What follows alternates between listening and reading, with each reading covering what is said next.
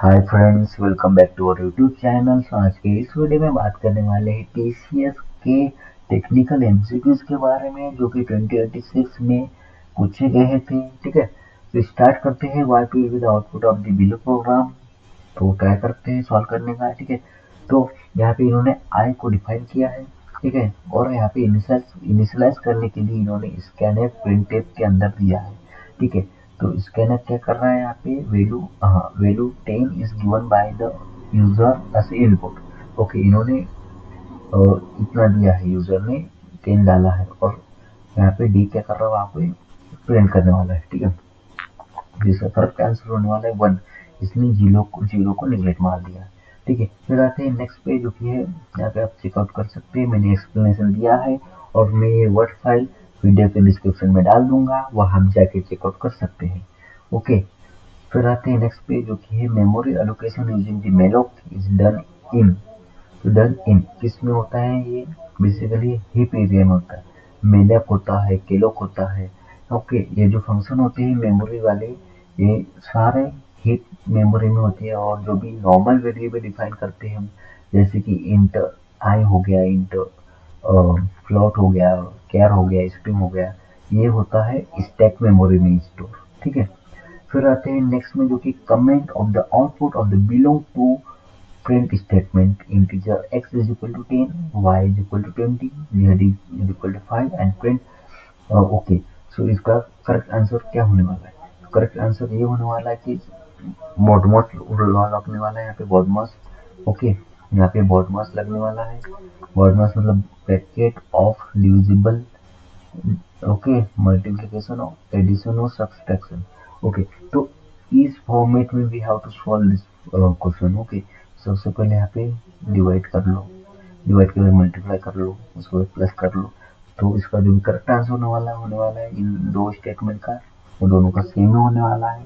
ठीक है, फिर आते हैं नेक्स्ट पे, जो कि है the best data structure to check whether an arithmetic expression has balanced parentheses or not।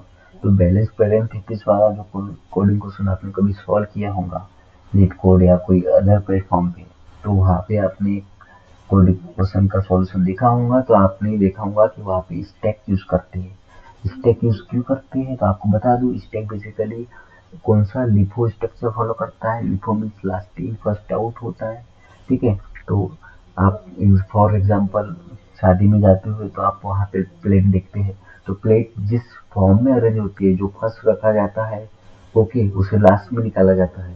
तो इस फॉर्मेट में we can check the balance parenthesis problem we can solve with the stack data structure। Okay, फिर आते हैं next पे। मैंने यहाँ पे बढ़िया सी एक्सप्लेनेशन प्रोवाइड किया है, आप चेक कर सकते हैं।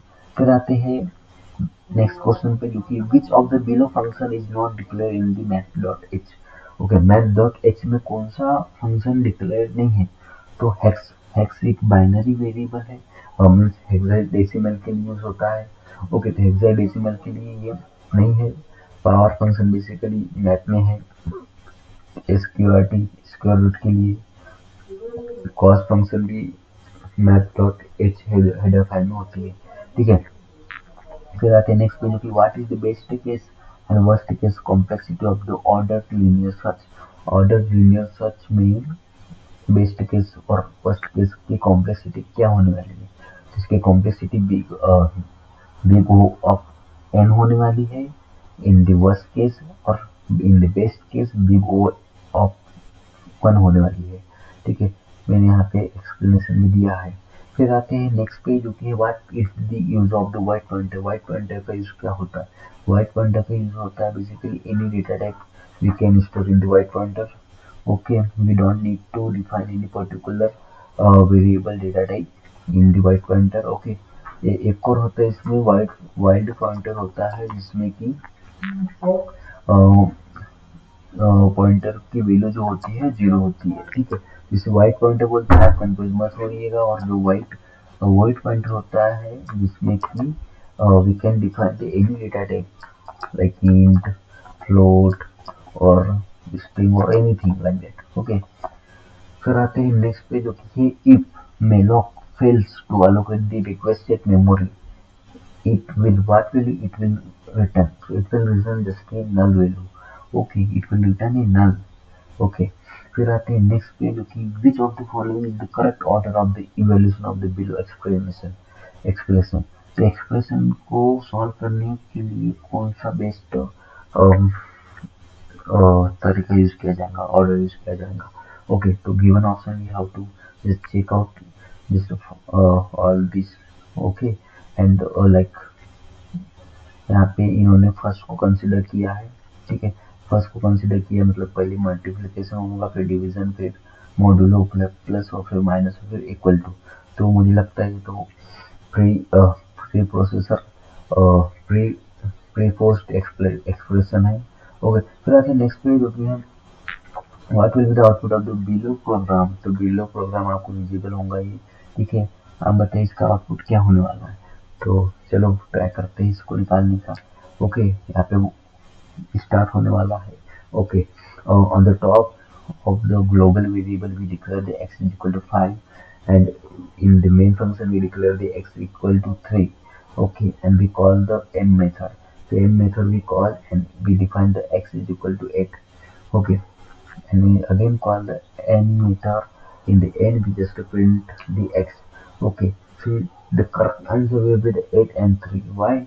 Because it will just keep the latest value in the x, like we here in the main we declare the 3. Okay, so 3 is in the x.